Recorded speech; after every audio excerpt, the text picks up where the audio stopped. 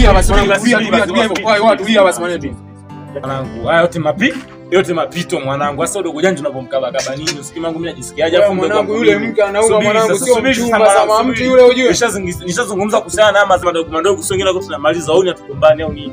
Au ni silence au tunamaliza. Ndogo hajanikuta nimekula vitu vyangu. Sema nini mwanangu? Aka bado kadogo janja. Sema mwanangu yule mke, wewe mwanangu yule. Sema nini mwanangu? Mimi sasa sio tutajenga. Mwanangu yule mke sio mchumba mwanetu, mtu yule nimemweka ndani. Sema nini mwanangu?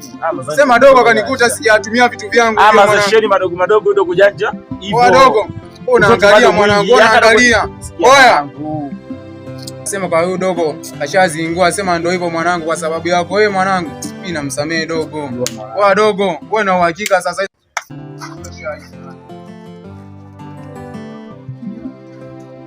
Dada hujaivisha hata kuivisha. Maana hapa nina njaa. Nimetoka huko nilikuja muda fulani hivi nikakukuta haupo. Sijapika kitu ndogo wangu. Alafu kingine, wewe mdogo wangu, natakiwa uachane na hizo kazi za wizi. Kwa nini usitafute pesa yako ya halali? Sema nini dada?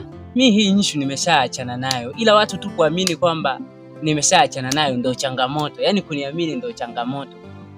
Okay, sawa. Ngoja inyeshe tuone hapo. Baadaye utakuja ule basi.